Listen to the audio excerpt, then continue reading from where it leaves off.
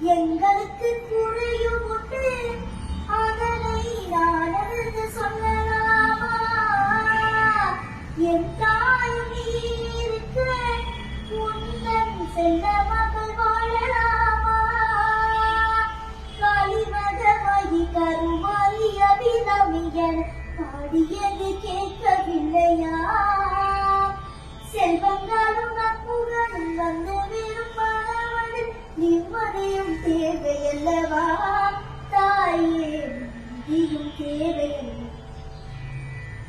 எங்களுக்கு கூற